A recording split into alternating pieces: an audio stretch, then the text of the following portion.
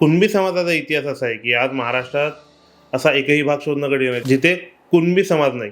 विदर्भ, कोकण, पश्चिम महाराष्ट्र, उत्तर महाराष्ट्र सर्वत्र कुणबी समाज दिसतो. पण कुणबी म्हणजे नेमकं कोण? हा समाज कुठून आला? इतिहासकारांमध्ये याबद्दल वेगवेगळी मत आहेत. काहींच्या मते कुटुंब आणि कुटुंबी या शब्दापासून कुणबी हा शब्द झाला.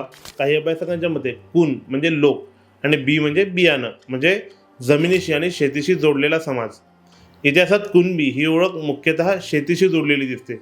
यादव काळ, बहामनी काळ आणि मराठा साम्राज्य या सर्व काळात कुणबी हा उल्लेख आढळतो. म्हणजे कुणबी समाज एका दिवसात तयार झालेला नाही, तो शतकानुशतकं महाराष्ट्राच्या मातीशी जोडलेला आहे. मग काळ बदलला, महाराष्ट्राच्या वेगवेगळ्या भागात या समाजाच्या अनेक शाखा विकसित झाल्या.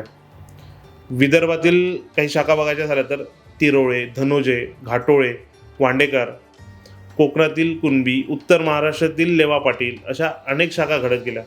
म्हणून कुणबी समाज एका गावाचा किंवा एका प्रदेशाचा नाही, तो संपूर्ण महाराष्ट्राचा समाज आहे. पण कुणबी समाजाचा इतिहास फक्त शेतीपुरता मर्यादित नाही.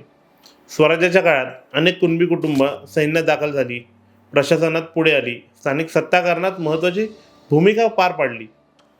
इतिहासात शिंदे आणि गायकवाड यांसारख्या घराण्याचं मूळही कुणबी समाजाशी जोडलं जातं.